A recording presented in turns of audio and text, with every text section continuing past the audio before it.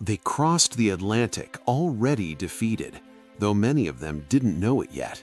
For years, German soldiers had been prepared for one certainty above all others: surrendering to the United States meant humiliation, cruelty, and death. This belief was not accidental. It was drilled into them through training, speeches, films, and whispered warnings passed from veteran to recruit. America, they were told, was not just an enemy nation. It was a moral void, a place without honor, a country that hid brutality behind smiles. As the war turned against Germany, this fear became sharper, not weaker. By 1944, surrender was no longer an abstract possibility. It was a looming decision faced by exhausted men on collapsing fronts. And when that moment arrived, the choice was rarely between victory and defeat. It was between survival and terror. Many German soldiers believed American captivity would be worse than Soviet imprisonment, worse than death. They were taught that Americans enjoyed cruelty when given power, that they mocked prisoners, starved them, worked them until they collapsed. Some believed they would be executed the moment they laid down their weapons. Others believed they would disappear. No records, no return, no memory. This fear followed them everywhere. It sat in trenches during long nights. It echoed in ruined villages. It followed them through forests and across rivers as Allied forces advanced. And when surrender became inevitable, fear often outweighed reason. Some soldiers delayed surrender until the last possible moment, not because they believed they could still win, but because they were terrified of what awaited them if they stopped fighting. Propaganda had done its job. In Germany, America was portrayed as chaotic, undisciplined, morally corrupt. Soldiers were warned that Americans lacked restraint, that they were controlled by emotion rather than honor.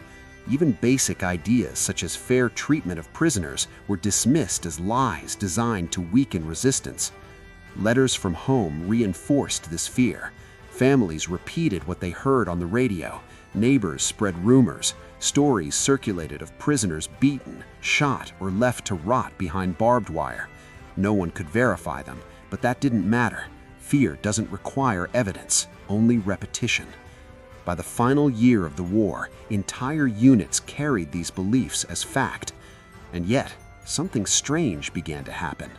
As American forces pushed deeper into Europe, German soldiers began surrendering in larger numbers, not because fear disappeared, but because exhaustion overwhelmed it. They were starving, wounded, out of ammunition, surrounded by destruction that no longer made sense. When the moment came, many surrendered trembling, hands raised, weapons dropped, eyes fixed on the ground. They expected shouting, they expected violence, they expected punishment. Instead, what happened next would shake everything they thought they knew, not just about America, but about the war itself. Because surrender was not the end of the story. For many of them, it was the beginning of a realization they were never prepared for, a realization that would quietly dismantle years of belief. And it would begin not with cruelty, but with contradiction. The moment of surrender rarely looked like the films had promised. There were no dramatic speeches, no symbolic gestures, no sense of closure. Most of the time it happened quietly, in places that would never be remembered, at the edge of a road, inside a shattered farmhouse, or in a forest clearing still heavy with smoke. For many German soldiers, surrender came not during a battle, but after it, after the firing stopped, after the last order went unanswered, after the realization set in that no reinforcements were coming, no counterattack was forming, and no strategy remained. They waited.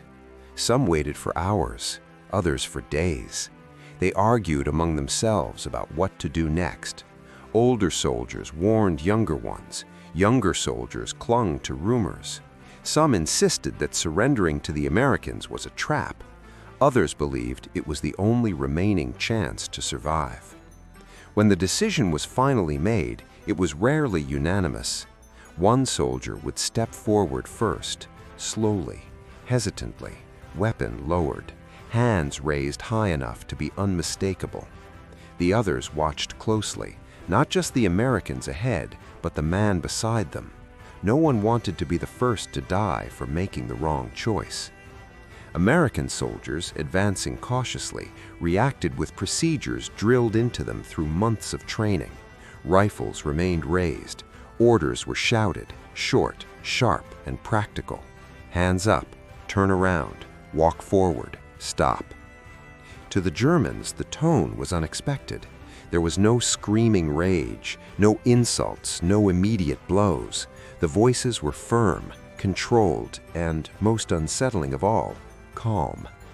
Searches followed, helmets removed, pockets emptied, watches taken, weapons collected. Every movement was watched, every gesture measured. German soldiers braced themselves for the next step, convinced that this calm was temporary, that violence was simply being delayed. But it never came.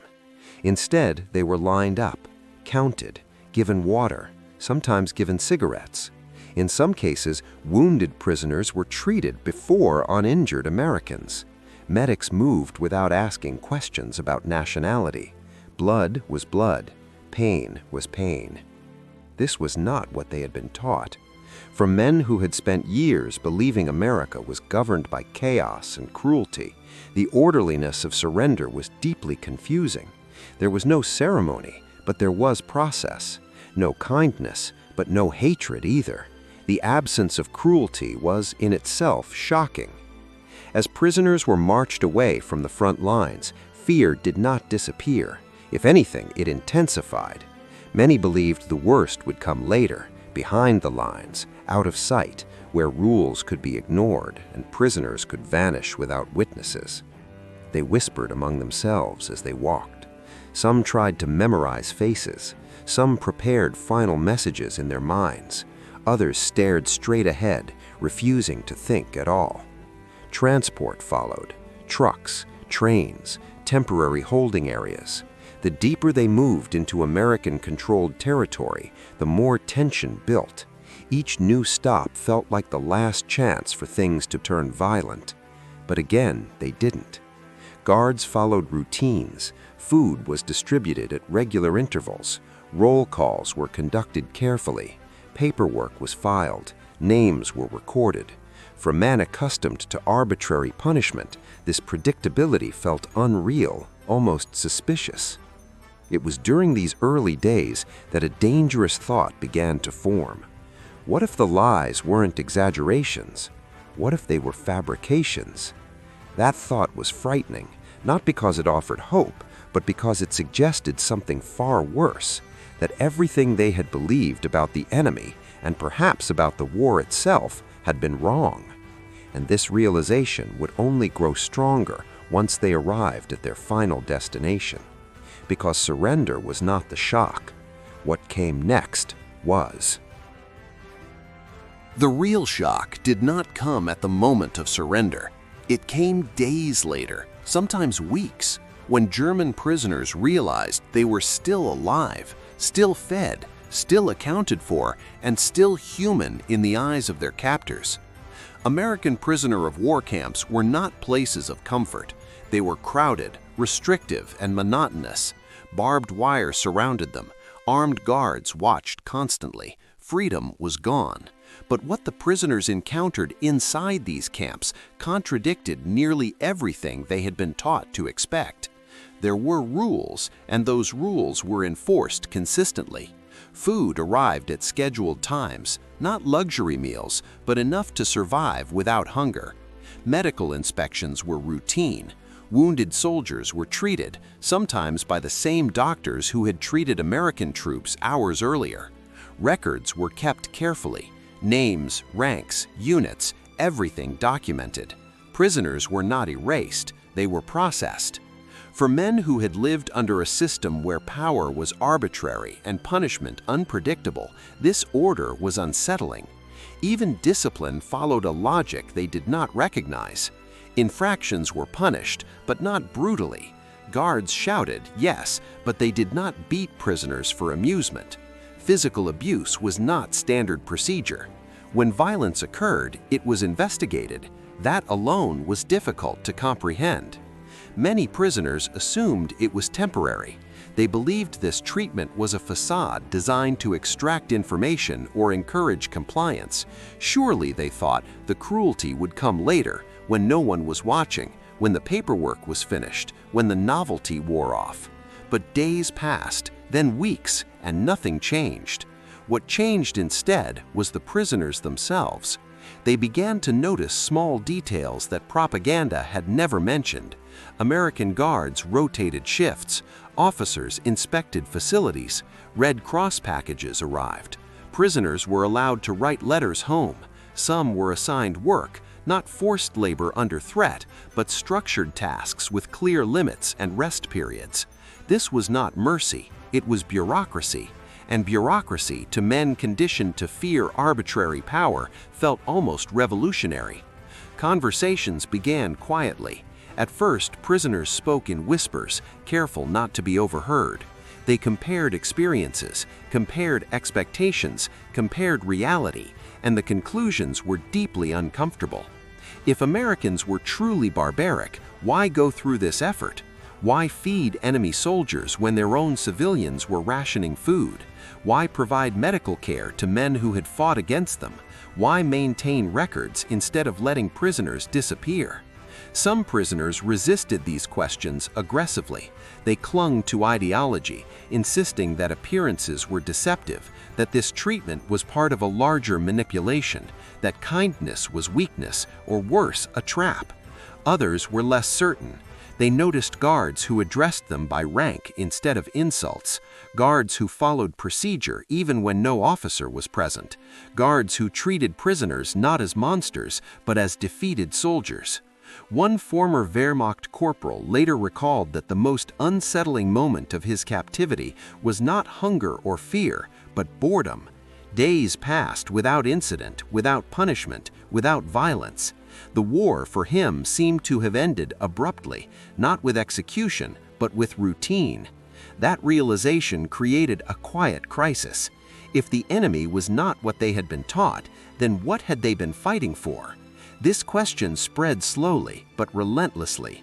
It did not require lectures or re-education programs. It grew naturally, fed by contradiction. Every uneventful day reinforced it. Every orderly roll call deepened it. Every meal served without humiliation made it harder to dismiss. By the time many prisoners were transported to camps in the United States, the shift had already begun. They arrived not expecting freedom, but no longer expecting brutality either. And once on American soil, that fragile certainty would be tested even further. Because captivity in America did not just challenge their expectations, it challenged their identity. For many German prisoners, the journey across the Atlantic felt unreal. They had crossed this ocean once before in the opposite direction, either in training films, propaganda reels, or in the collective imagination of the Reich.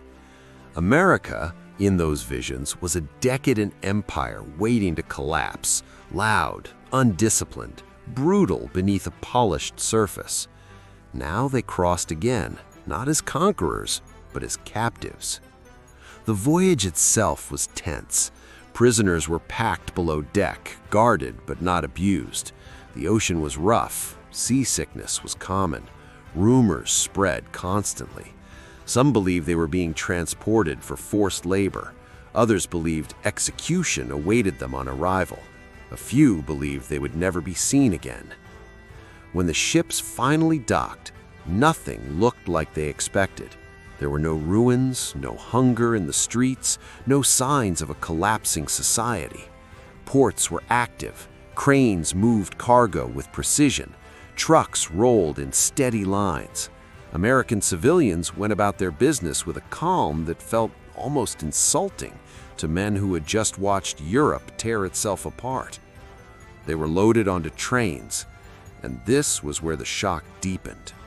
The trains moved across a country that appeared untouched by war. Fields stretched endlessly. Towns stood intact. Factories worked without visible damage. There were no bomb craters, no shattered buildings, no burned-out neighborhoods. To men whose entire world had been reduced to rubble, this quiet normality was profoundly disturbing. They expected hostility from civilians. Instead, they encountered indifference or curiosity. Some Americans stared at the prisoners through train windows. Some waved, some ignored them entirely. There were no mobs, no lynchings, no hatred pouring out of the landscape. The enemy they had been taught to fear seemed strangely uninterested in their suffering. When they arrived at the camps, the contradiction sharpened further. The camps were secure, fenced, guarded.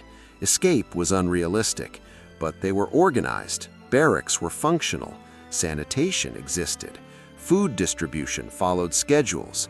Medical inspections continued. Paperwork followed them everywhere. Every man was accounted for, every movement logged. To German soldiers accustomed to ideological chaos disguised as order, this was unsettling. What disturbed them most was not kindness, but predictability. Guards followed rules even when prisoners expected cruelty. Officers enforced standards even when no one seemed to be watching. Punishment existed, but it was procedural. There was no joy in it, no spectacle. Some prisoners became angry. They wanted the enemy to behave as promised. They wanted confirmation that surrender had been a mistake, that America was evil, that the war still made sense. Instead, they were trapped in a system that treated them as a logistical problem, not as demons. Work assignments followed. Many prisoners labored on farms, roads, or maintenance projects. They worked under supervision, but not under terror. They were fed, they rested, they were paid small wages, often credited for use inside the camp. This created a moral fracture. How could a nation fight a total war and still maintain this level of restraint? That question haunted them. At night in the barracks, conversations changed tone. The bravado faded. Ideological slogans sounded hollow. Men began to speak honestly, for the first time in years, about exhaustion, about doubt, about lies repeated so often they had stopped questioning them. Some refused to engage. They isolated themselves, clinging to rank or ideology as armor. But even they could not escape the evidence around them. Every ordinary day in captivity was another quiet accusation against everything they had believed. And then came the most dangerous realization of all. If America was capable of this, of discipline without cruelty, power without chaos, then perhaps the war had never been about what they were told. Perhaps the enemy had not been lying. Perhaps the lie came from home. This thought did not arrive loudly. There were no speeches, no moments of revelation. It settled slowly, like a weight, pressing harder with each passing week. By the time many prisoners fully understood where they were, it was already too late. Not because they were trapped behind barbed wire, but because the world they believed in no longer existed. The collapse did not come with news of defeat. For many German prisoners, the war ended long before Germany officially surrendered. It ended quietly, inside their minds, during long afternoons with nothing to do but think. No alarms, no orders, no speeches, just time, something they had not possessed in years. Time was dangerous. Inside the camps, days followed a predictable rhythm. Wake up, roll call, meals, work assignments, return, lights out. This routine, so ordinary by American standards, became unbearable for men conditioned to live in constant tension. Without chaos, without fear, without urgency, their thoughts turned inward, and what they found there unsettled them. At first, memories surfaced selectively. Battles, comrades lost, marches through ruined cities, moments of survival. These memories had always been framed by purpose, by the belief that sacrifice meant something, that suffering was necessary, that defeat, if it came, would be imposed by a barbaric enemy. But captivity disrupted that narrative. When American guards treated them without hatred, it forced comparison. When letters from home arrived describing bombed cities, hunger and chaos, while their own lives in captivity remained stable, the contrast became impossible to ignore. Some prisoners began to feel guilt. They were safer now than their families were back home. This realization created resentment at first toward America, toward fate, toward weakness. But resentment eventually turned inward, toward leadership, toward ideology, toward the voices that had promised honor and delivered ruin. Conversations deepened. Men who had never questioned orders began questioning beliefs. Younger soldiers asked older ones why surrender had been delayed for so long. Veterans struggled to answer. The slogans that once filled speeches sounded childish when spoken aloud in a barracks at night. The war, stripped of uniforms and marches, began to look smaller, meaner, more pointless. For some, the realization was unbearable. A small but significant number of prisoners doubled down on ideology. They formed informal hierarchies inside the camps. They enforced loyalty. They intimidated others who questioned too openly. To admit the lie was to admit wasted years and possibly wasted lives. But these efforts failed slowly. Reality is difficult to suppress when it repeats itself every day. American guards did not suddenly become cruel. Camps did not descend into chaos. The system remained stable, predictable, boring, and boredom proved more corrosive to ideology than violence ever could. For many prisoners, the most devastating moment was not a revelation, but an absence. Nothing happened. No punishment, no revenge, no humiliation, just ordinary days. This forced an unthinkable conclusion. If America could win a total war without becoming what they feared, then perhaps everything Germany had claimed about necessity, brutality, and destiny had been false. This was not liberation, it was loss. The loss of meaning. Some prisoners described it later as mourning, not for Germany, but for the version of themselves that had believed. The self that marched willingly, that saluted without doubt, that accepted explanations instead of demanding truth. In captivity, stripped of purpose, those selves began to die. Letters from home accelerated the process. Families wrote of cities destroyed not just by Americans, but by a war Germany had started and prolonged. Mothers described shortages, wives described exhaustion, fathers described silence. Meanwhile, the prisoners remained fed. The contradiction was unbearable. The war, once framed as defense, began to resemble abandonment. By late 1944 and early 1945, many prisoners no longer asked when they would be freed. They asked what they would return to, and more importantly, who they would be when they did. Because captivity had done what bombing raids never could. It had forced them to confront the possibility that the greatest defeat was not military, it was moral. The journey home was not a return. For many German prisoners, release did not feel like freedom. It felt like being sent back to a place they no longer recognized, armed with knowledge they could not explain and memories no one wanted to hear. When the war ended, the camps did not erupt in celebration. There were no cheers, no triumph. The announcement of Germany's surrender landed quietly among the prisoners, almost anticlimactically. Many had already surrendered internally months earlier. The news merely confirmed what captivity had slowly taught them. The real shock came later, when they crossed the ocean again. This time, the Atlantic felt heavier. They returned to a country physically destroyed and psychologically exhausted. Cities lay in ruins, infrastructure barely functioned, families were displaced, food was scarce, authority was fragmented, and everywhere there was silence, not the silence of peace, but the silence of avoidance. Former prisoners carried an uncomfortable truth back with them. They had seen the enemy up close, and the enemy did not match the story. This made them dangerous witnesses. In post-war Germany, survival required forgetting.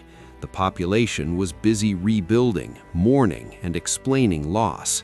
There was little patience for stories that complicated blame or challenged convenient narratives. Many former soldiers learned quickly that their experiences in American captivity were not welcome. When they spoke of order, restraint, or humane treatment, the reaction was often cold or suspicious.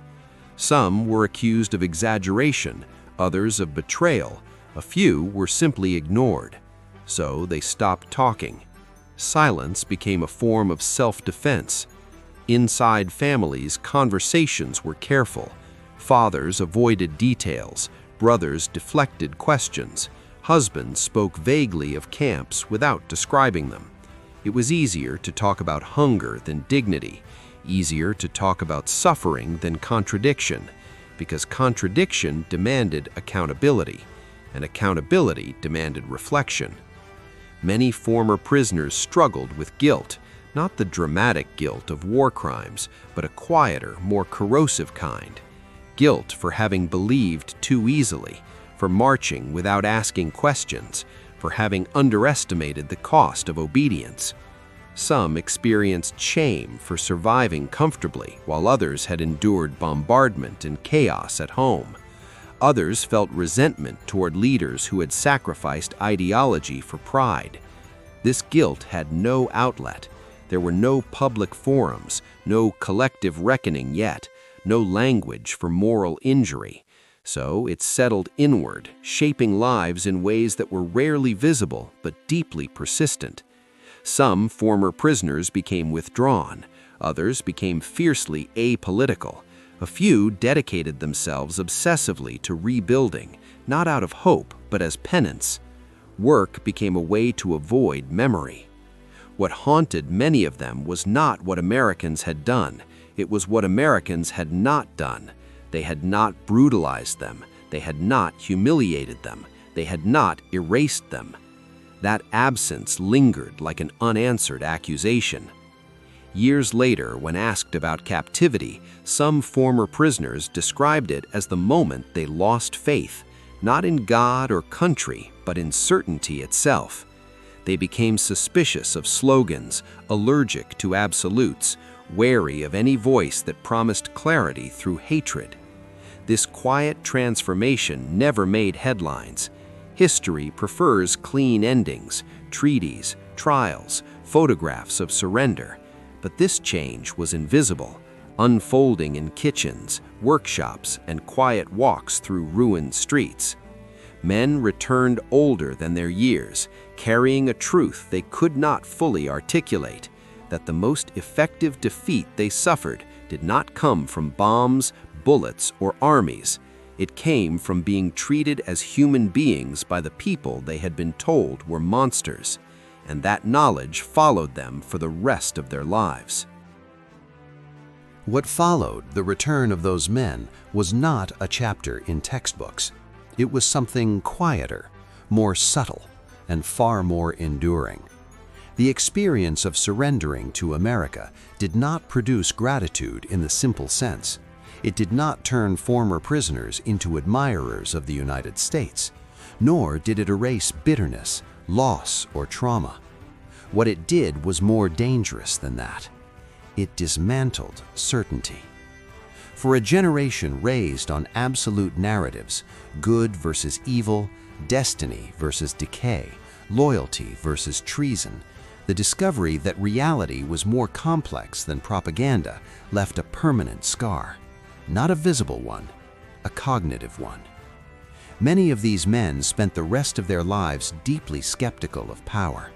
They distrusted grand explanations. They distrusted charismatic leaders. They distrusted any system that demanded obedience without allowing doubt. They had learned painfully that the loudest certainty often concealed the weakest truth. And this lesson did not stay contained. It shaped how they raised their children. Fathers who had once marched in formation now avoided military talk at the dinner table. They discouraged blind loyalty. They taught restraint instead of fervor, silence instead of slogans, questioning instead of chanting. Not because they were ashamed of having served, but because they were ashamed of having believed too easily.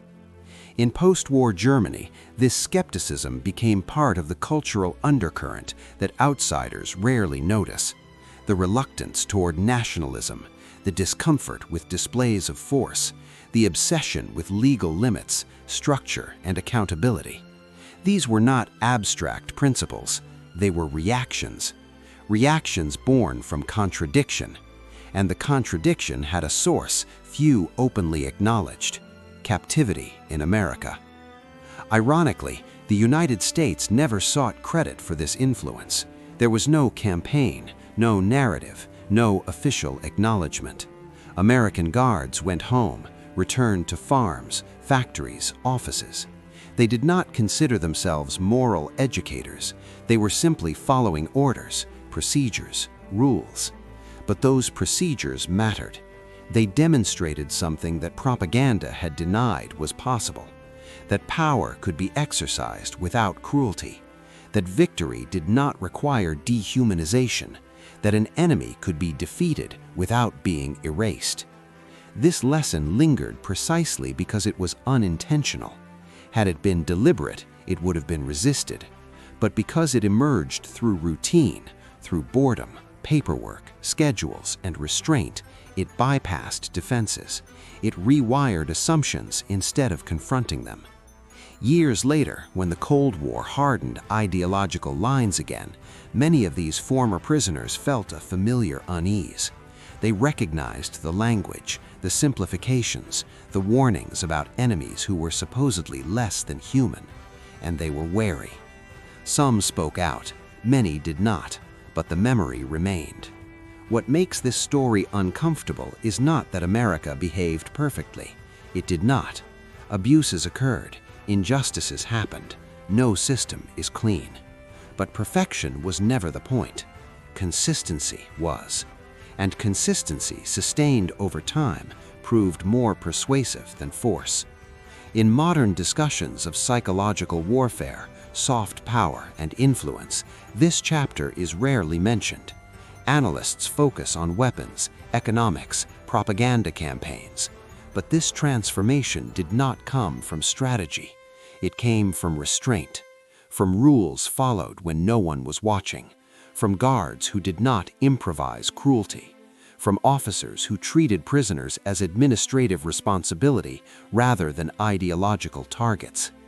The result was not loyalty, it was doubt, and doubt is the enemy of fanaticism.